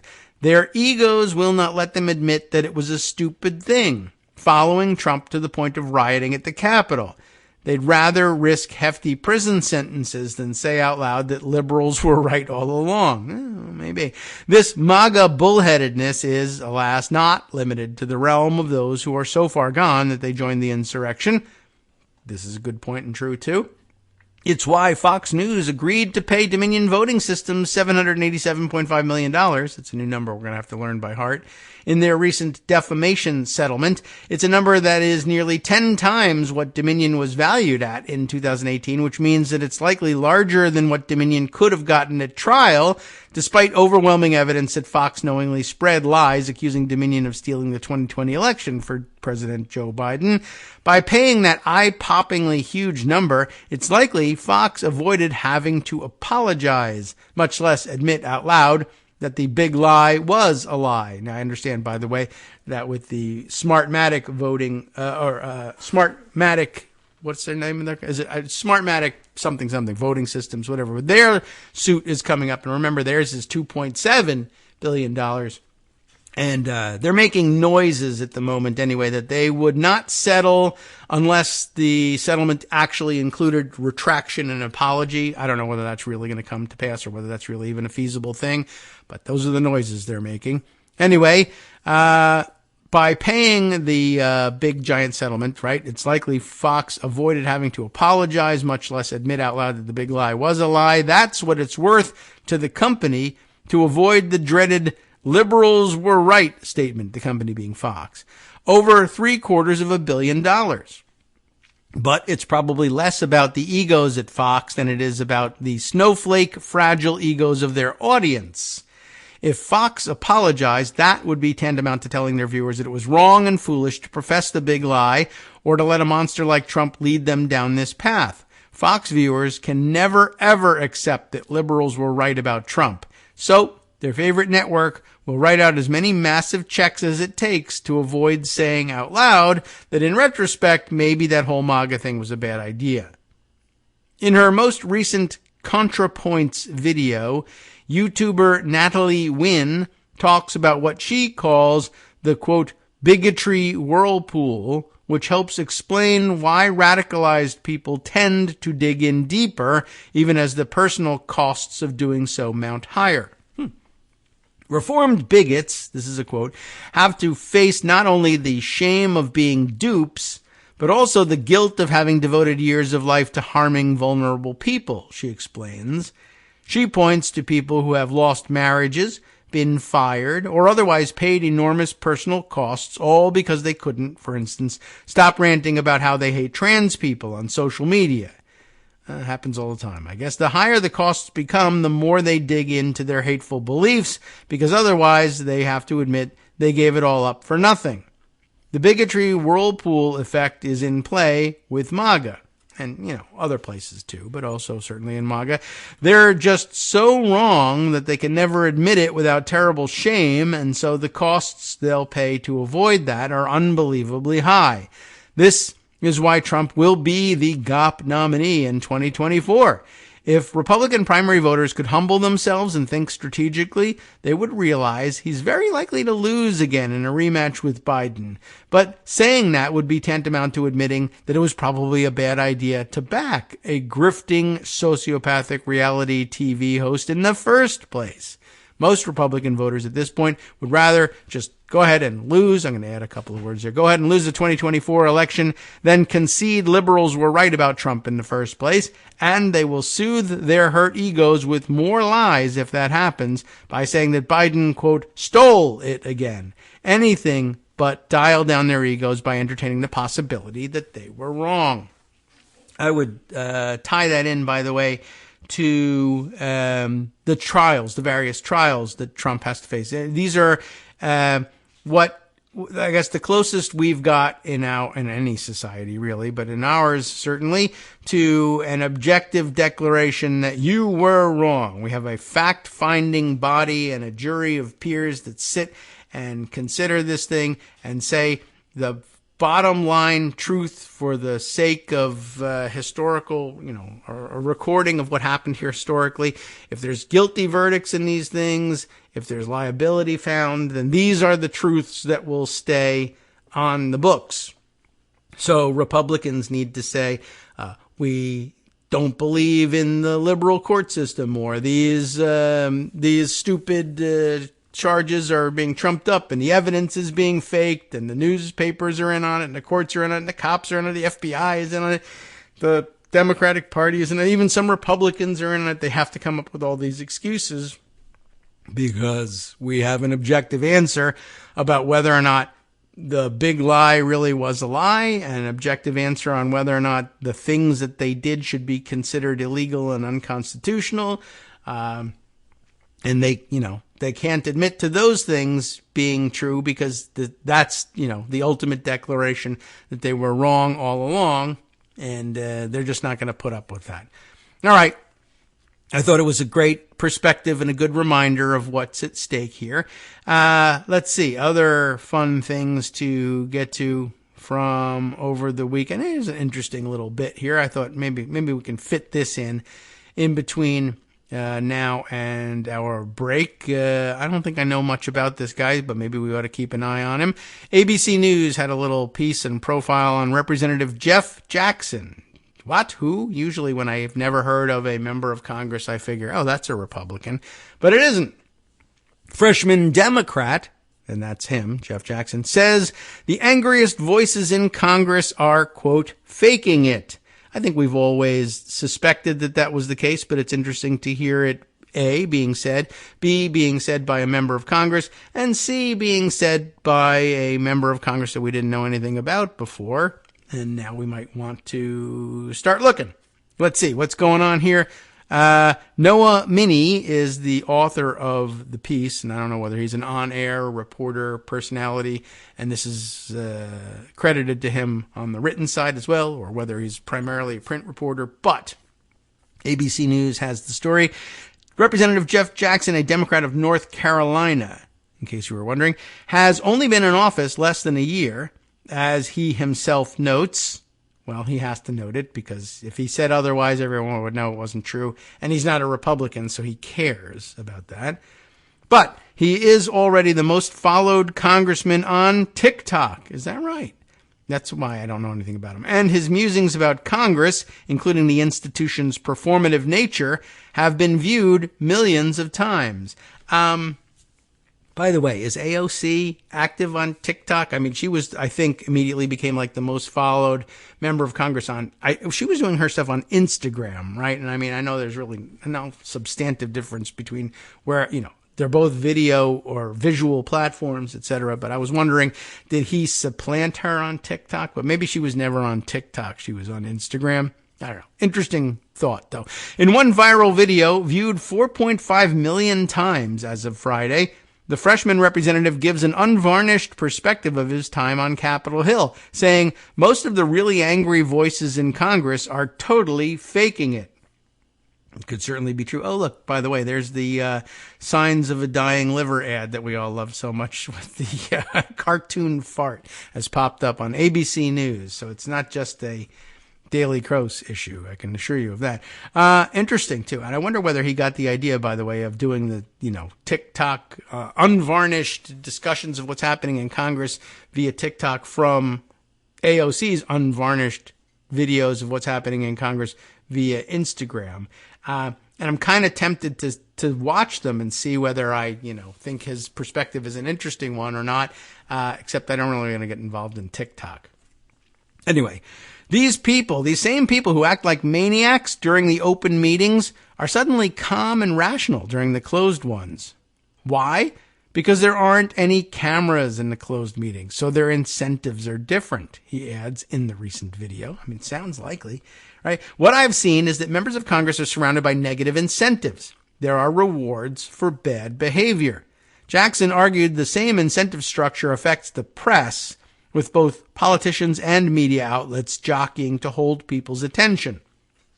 The big thing that modern media and modern politicians have learned is if they can keep you angry, they'll hold your attention, he said later in the video. For those who want to see politics look less like WWE, I will keep you posted, he concluded. But you have to be interested in that, and that's difficult to be interested in, apparently, compared to the other stuff. Even before taking office, Jackson had been posting on TikTok, maintaining a presence on the platform since early 2021. That's like ancient. But he recently gained thousands of followers on the app after posting a video detailing the process of being sworn into office and receiving committee assignments. That's what really made me think, oh, maybe it would be interesting to watch these videos if they are sort of insider accounts of, arcane process like that. I should check them out. Anyway, And just to see at the minimum, if, I don't learn anything, if I still think that he's giving us a good view of it, I would be able to then recommend it to. But now I guess you could, without my saying I'm recommending them, you want to check it out if you are willing to dive into TikTok. All right.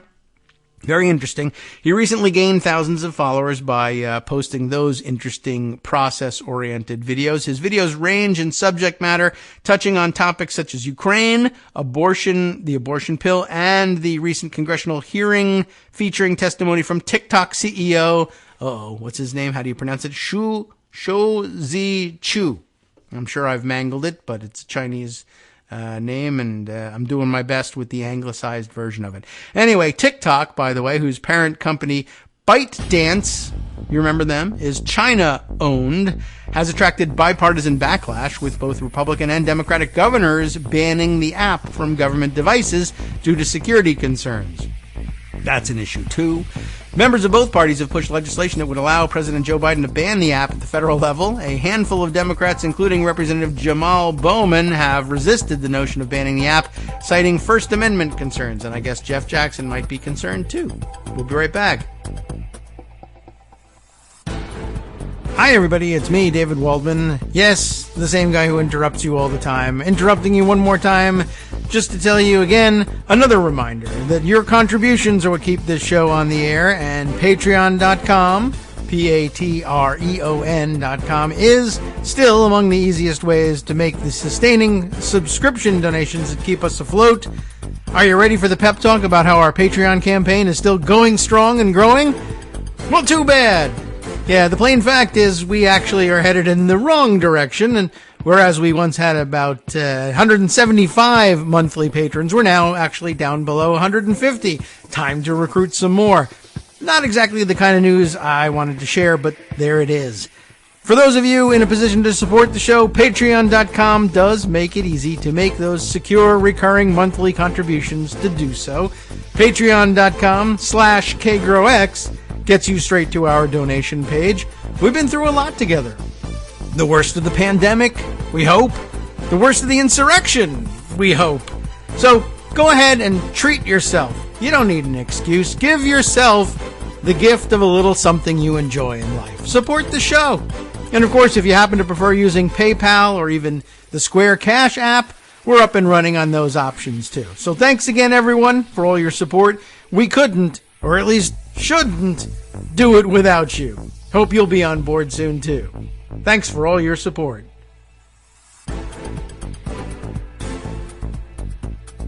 Alright, welcome back now to the Kagro in the Morning Show here on Netroots Radio. Gosh, there's a lot to get to. And we'll run out of time again. But anyway, I wanted to put that one on the record. So Jeff Jackson. Alright, well, I'm not really super enthused about the idea of getting into TikTok at all, no matter who owns it. But, if there are legitimate security concerns, I don't really want to contribute to that necessarily. But hopefully you can see those videos on cross-platform. A lot of times people will post them elsewhere too. I hope he'll go ahead and do that. Even if there's a short delay in seeing them on YouTube, for instance, I wouldn't mind a short delay. But I don't know. I'm kind of interested in seeing what's going on, quite honestly. Oh, well, I'm looking at ABC News here. Oh, this is April 23rd, I guess over the weekend. A mass shooting that most of us probably didn't pay too much attention to because it falls in the category too easily dismissed because it didn't happen at school, even though it was sort of school-ish related. But if it doesn't happen in a school or involve, random acts, people tend not to pay attention to it. But apparently over the weekend, at least 9 teens shot and injured after a Texas after prom party. That is, of course, counts as a mass shooting. It'll go in the database, but it's one that most of America will ignore because they'll be like, oh, shooting at a party. There was a fight and a beef that went on, and just regardless of the fact that most of the people injured probably had nothing to do with that, and it's still a large part of it, and probably the most common manifestation of our gun illness here in this country. We won't recognize it as part of the really, really bad kind of mass shooting, which is the random weird kind, even though a disgruntled employee going back to his place of work as the original mass shooting, or, the original concept of the modern mass shooting for most Americans. But we've, somehow forgotten that. And anyway, bad news there, to be sure. And perhaps we'll hear more about that as news develops. Okay, let me jump back out of here and start making some lightning round choices here to add. I don't think we can fit it all in here, but I'll try and save the analysis and full read for one of the other articles. I'll give you, let's see. One, the Alvin Bragg lawsuit against Jim Jordan thing is working itself out. And there's an explanation out there for why they did what they did and what they were looking for that I think we can probably run through pretty quickly. This is a follow-up to our discussion of it last week. Ex-Manhattan prosecutor now set to testify before GOP-led House Judiciary Committee in May.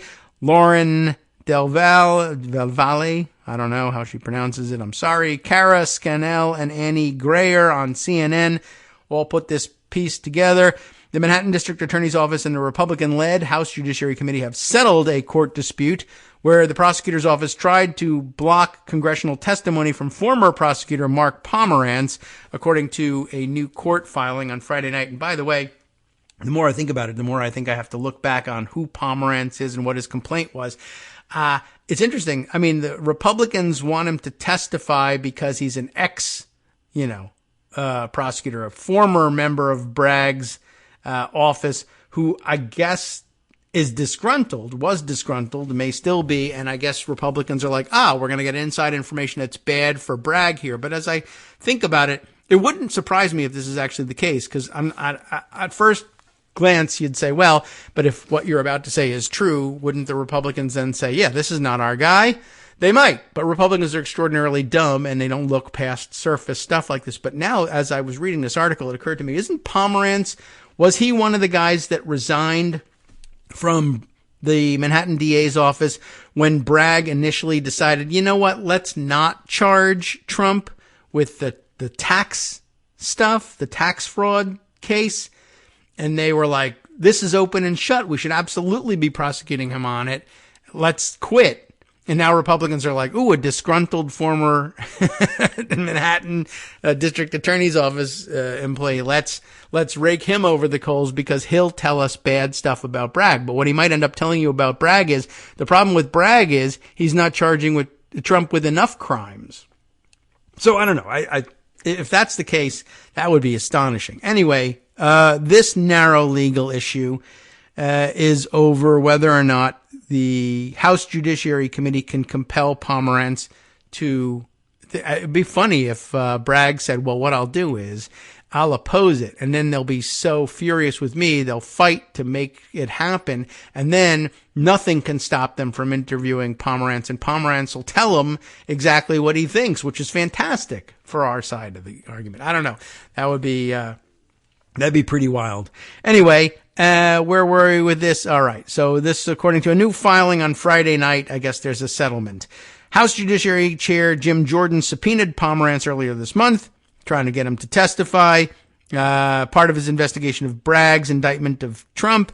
Pomerantz investigated Trump and his business empire before he resigned from the DA's office last year. That's what made me think this, because they said as much, but they didn't fill in all the blanks. So Pomerantz investigated Trump and his business empire before resigning from the DA's office last year, and Republicans argue that his public comments suggest that the charges brought against Trump are politically motivated. But I think they might be misunderstanding the dynamics here. In his resignation letter, Pomerantz said Trump was, quote, guilty of numerous felony violations related to his annual financial statements. What Pomerantz was saying was, I think, that it was politically motivated that when Bragg chose not to charge Trump for the financial crimes. And they are taking that to mean, oh, well, political decisions are driving the charging decisions, so therefore we can prove that the charges Bragg is bringing against Trump are also politically motivated. Maybe, but I don't think this is like, an inconceivable. I do not think you keep using that word. I think they may have a problem understanding what's happening here. Pomerantz is set to testify on May 12th before the panel, and a lawyer from the district attorney's office will also be able to sit in on the deposition, the two sides acknowledged in statements. Pomerantz's deposition will go forward May 12th, and we look forward to his appearance, Russell Dye, a spokesperson for Chairman Jim Jordan, said in a statement. This could be amazing. The spokesperson for Bragg said in a statement, our successful stay in this subpoena, this is their explanation of what they were trying to do, because Greg was, pretty much correct in saying, I don't think this is going to work. But we were sort of puzzling, well, what are they trying to get out of it? Our successful stay of this subpoena blocked the immediate deposition and afforded us the time necessary to coordinate with the House Judiciary Committee on an agreement that protects the DA's privileges and interests. We are pleased with this resolution, which ensures any questioning of our former employee will take place in the presence of our general counsel on a reasonable, agreed-upon time frame. We are gratified that the Second Circuit's ruling provided us with the opportunity to successfully resolve this dispute. They just wanted, allegedly, some time to win on their demand that the general counsel for their department be able to sit in on the deposition. All right. A federal judge denied Bragg's request earlier this week for a temporary restraining order that would block the committee's subpoena. Pomerantz previously wrote a book critical of Bragg, and that may be all the Republicans understand here.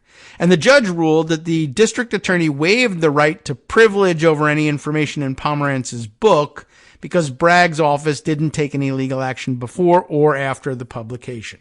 So anyway, that's sort of an interesting twist, and it would be the most amazing thing in the world if they find out on May 12th, this is a hostile witness that you guys fought to bring here. You don't even know it.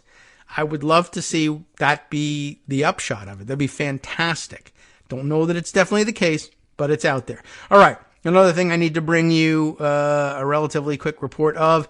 We're not at resolution point here yet, but it's something to point at. AP News, Lindsay Whitehurst reporting. Oh, wait a minute. Okay, this is old news. Never mind. Tossing it out. I don't know why this is, I don't know why it crossed the transom, but I guess that leads to our question of where do we stand in all of this? For some reason, this was presented as new news to me. This is, in fact, from October of last year, saying, noting that Steve Bannon was sentenced to serve 4 months behind bars for his contempt of Congress thing. And I thought this was, they've finally, because they sentenced him, and then there was, again, suspension of the sentence pending appeal. And I thought this was finally like, they finally decided that appeal. And I don't know whether they ever did. I don't know where we stand with all of this and whether he is going in or not, or we're still waiting for the appeal, or whatever else is supposed to go on. Okay, well, let's see. I'll move on from that. Now, that saves me a couple of minutes anyway, but now it gives me a research question. Okay, how about this? We'll move on to this piece here. Gosh, there's a lot. There was also a opinion piece over the weekend from the New York Times from Dominion's CEO explaining why they settled the lawsuit, and that, I guess, could be important as well. And then we'll jump over to one more weedy detail point about Matt Kaczmarek and what he's up to. First, Dominion's CEO, John Poulos, Poulos, co-founder and chief executive of Dominion Voting Systems, under the headline of, "We settled the lawsuit against Fox News, but we're not done yet." Let's find out what that is all about. Vindication. Shame, triumph, tragedy, surrender. These are a few of the characterizations I've heard following our recent settlement with Fox News in our historic defamation case against the network for its lies about Dominion Voting Systems and the 2020 election. The public has complicated feelings about our decision to end this trial before it ever began, and that's okay. It's bittersweet for us, too. We've seen the havoc that lies create for societies, democracies, businesses, and families. Over the past 2.5 years, I've watched it firsthand. My customers, employees, family, and friends face harassment, discrimination, and threats to this day. But for us at Dominion, when we reflect on the case and its outcome, we think about our first and foremost goal accountability. On Thursday, when we proudly walked into Delaware Superior Court, we were going to trial.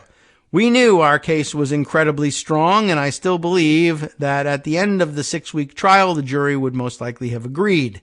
We have reviewed more than 1 million internal Fox documents and deposed dozens of people, and Fox's legal team had reviewed more than 1 million of ours. Then, in a summary judgment ruling on March 31st, the court allowed the case to proceed and dismantled many of Fox's legal defenses, ruling its claims about Dominion were clearly false and it could not seek refuge in arguments about the lie's newsworthiness. At trial, we weren't expecting any more shocking revelations. We frankly didn't need any more. From the earliest days of discovery, we knew our employees, our customers, and the American public needed to see what we had found, and that is exactly what we presented in our pretrial filings and exhibits. With that goal now met, we were focused on our obligations to our people, many of whom were set to testify when they would recount trauma caused by the threats, violence, and hate surfaced by lies about Dominion. I'd already seen some of them suffer emotionally during their depositions, and I worried deeply, this is a good point, that a trial and associated media attention would cause only more lasting pain. The settlement we negotiated accomplished 2 critical goals: allowing our employees and customers to move forward, and hitting Fox where it hurt most, its bank account. What was missing was an apology. So I myself drafted one for it that I thought would be appropriate to include. When I read it to my business partner, he asked what I thought about mandating Fox issue an apology that would be forced, insincere, and limited. At that moment, I threw my draft in the garbage. An hour later, when the Fox board approved the wire payment for $787.5 million, one of the largest known defamation settlements in history, Fox acknowledged that what we needed it to acknowledge. Spreading false claims comes with a huge price tag. Even so, nothing can ever fully compensate for what happened. The stain on my company's reputation and our employees' and customers' emotional scars can only fade. They won't ever vanish. If we could, we would trade it all in a heartbeat and go back in time to get our reputation back. But I take solace in the fact that the public has seen the enormous mountain of evidence proving what Fox did, and Fox paid dearly for it. Our settlement with Fox is just one win on a long road.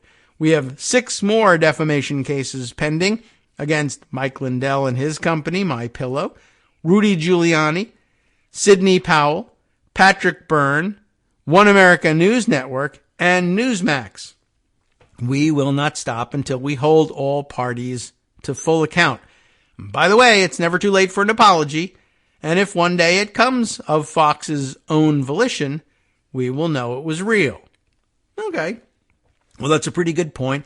And certainly, yeah, you have to worry about that. And if it goes to trial, even though these people have already been through the deposition and, their names are a matter of public record because they were in the filings, because they were witnesses, etc., it hits different when it's on the nightly news and you have the person's perhaps picture or the drawing of their appearance in court or whatever it is, if you use a courtroom sketch artist and their name is up there. And then all of the crazies who love Fox News and or Trump can find that name and then start making trouble for those people and their families. Even though if they wanted to dig through the depositions, they could do it.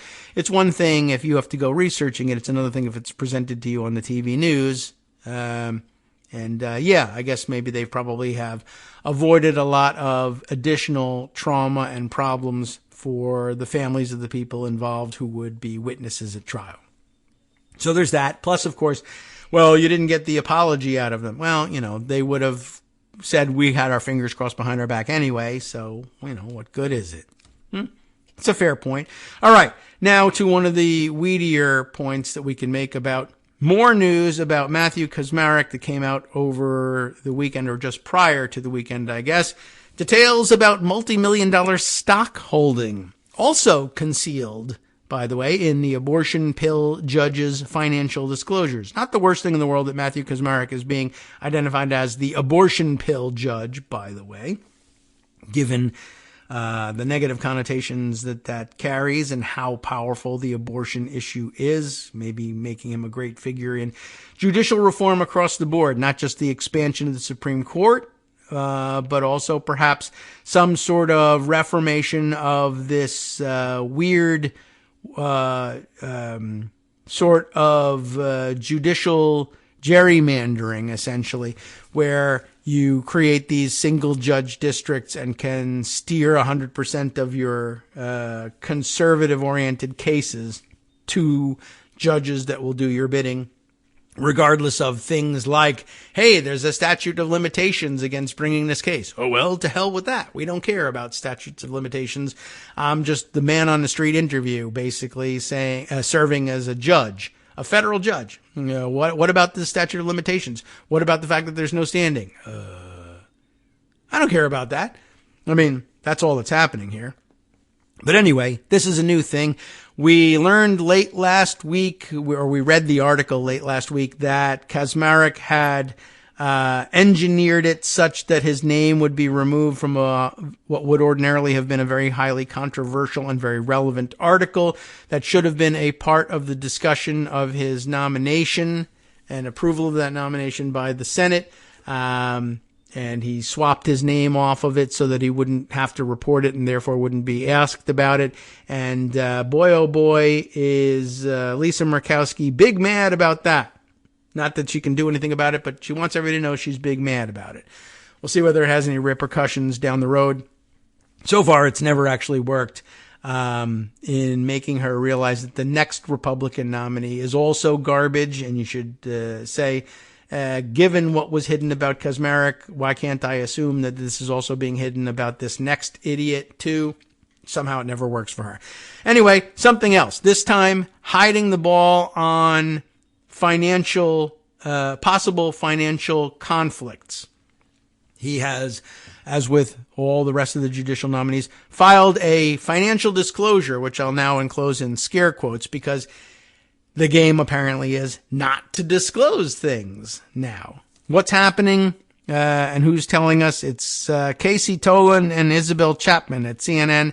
Again, the headline: details about multi-million-dollar stock holding concealed in abortion pill judge's financial disclosures, which is to say that they were not disclosures at all. The federal judge who issued a nationwide ruling blocking the approval of a common abortion medication redacted key information on his legally mandated financial disclosures in what legal experts described as an unusual move that conceals the bulk of his personal fortune. Not much of a financial disclosure form if it conceals the bulk of your personal fortune, is it? Now, we'll get to another weird twist on this later on. In his 2020 and 2021 annual disclosures, Judge Matthew Kacsmaryk wrote that he held between $5 and $25 million in, quote, common stock. I mean, I don't know why that's quote, but we understand that, common stock of a company, a significant majority of the judge's personal wealth. And you might wonder where a guy like that gets a hold of $5 to $25 million worth of stock, but okay. The name of the company that he held stock in, you might want to know that because, you know, what if that company comes before him as a judge, right? How would you know? Well, you won't, because the name of the company is redacted, despite the fact that federal law only allows redactions of information that could, quote, endanger a judge or their family member. So is that what you're claiming is happening here? No such claim, so far as I can tell. CNN obtained a previous financial disclosure for Kacsmaryk, which is not available online, from 2017 when he was a judicial nominee. On that unredacted form, Kacsmaryk reported owning about $2.9 million in stock in the Florida-based supermarket company Publix. It's not clear whether that's the same holding as the redacted stock in the later disclosures / non-disclosures, although Publix's share price has significantly increased by 2020 and 2021, and the company is no longer listed on his more recent disclosures. So I don't know. It doesn't sound like that stock appreciated that much that it would cover the $5 to $25 million listing, nor would there be any reason for hiding the name of Publix on that for any real reason. Anyway, redactions are approved by a judicial committee. The redacted holding accounted for at least 85% of Kaczmarek's total reported wealth in 2021 and potentially more. So I guess that actually raises questions. This judicial committee that approved, did they actually approve this redaction or did they not? That's one question. And if so, can we find out more about the reasons why? The whole point, though, of a disclosure is to explain where you have conflicts, said Michael Lissner, the executive director of the Free Law Project, a nonprofit that has published judicial disclosures. If you have stock and you're not saying what's in it or what it's in, and it's this much of your personal wealth, that's a conflict you have. The public deserves to know.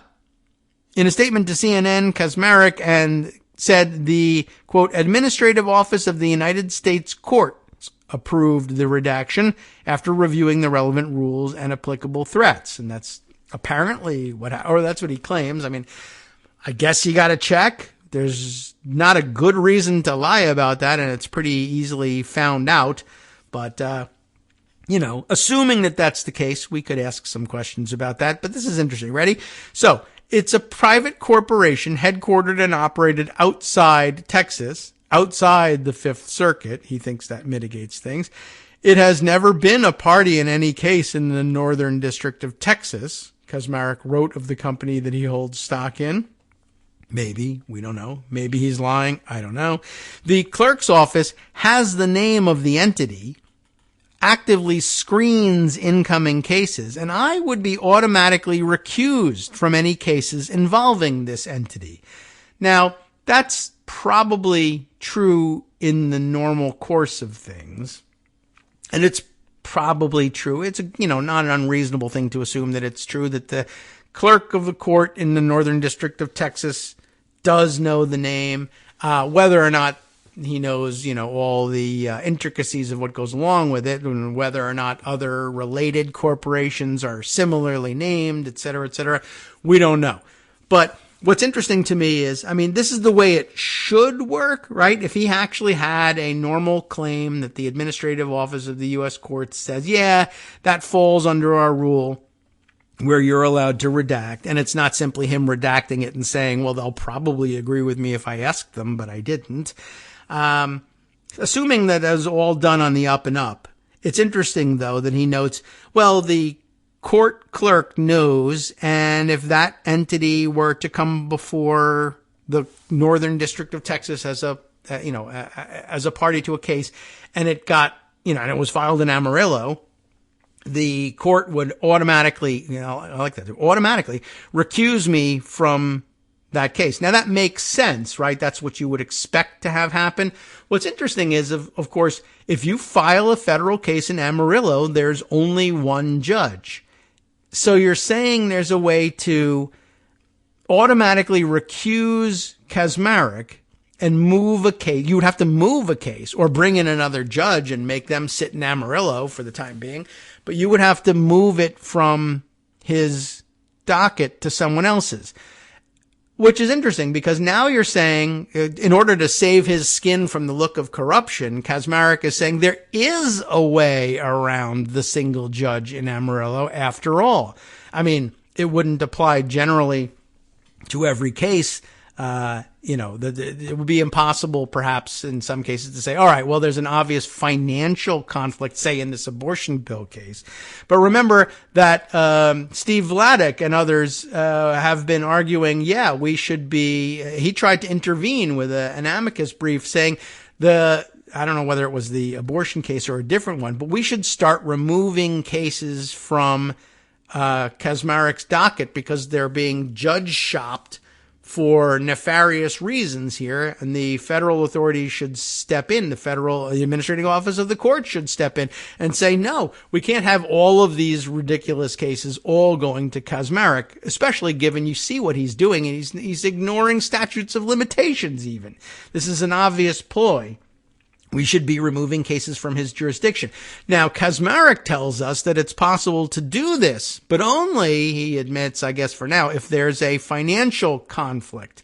But what about other conflicts or other, solid cases that could be made that there's a miscarriage of justice going on here? If the door is open to removing cases from Kaczmarek's jurisdiction on one, for one reason, then why not look at other reasons too? It may be that only one is valid, but, if you're able to move cases out of Amarillo or move another judge into Amarillo under certain circumstances, haven't we now opened the door to wondering whether it's possible to do under other equally compelling arguments? And you might argue that maybe Vladeck wasn't making yet the most compelling argument, but I actually thought it was a pretty good one.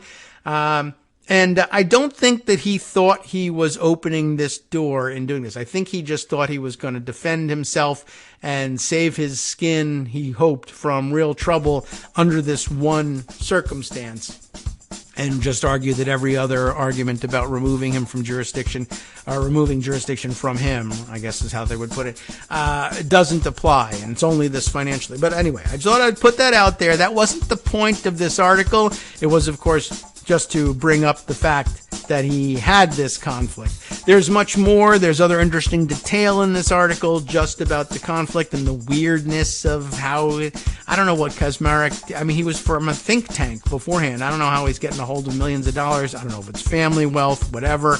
But, all very interesting in its own right, so I encourage you to read the rest of the article and more details about the, as it says here, the high bar for redacting financial disclosures. I'm going to investigate that. You should read it too.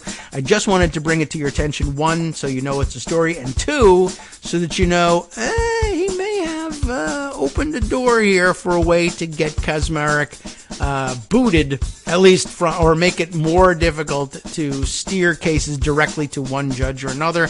Great argument against these single judge districts. If there's a very common reason why things might have to be reassigned, then maybe these single judge districts are a terrible idea and we should write them out of law. All right, time now, though, for me to hand things over to Justice Putnam for the West Coast Cookbook and Speakeasy. I can tell you a little bit about what comes next. From networksradio.com.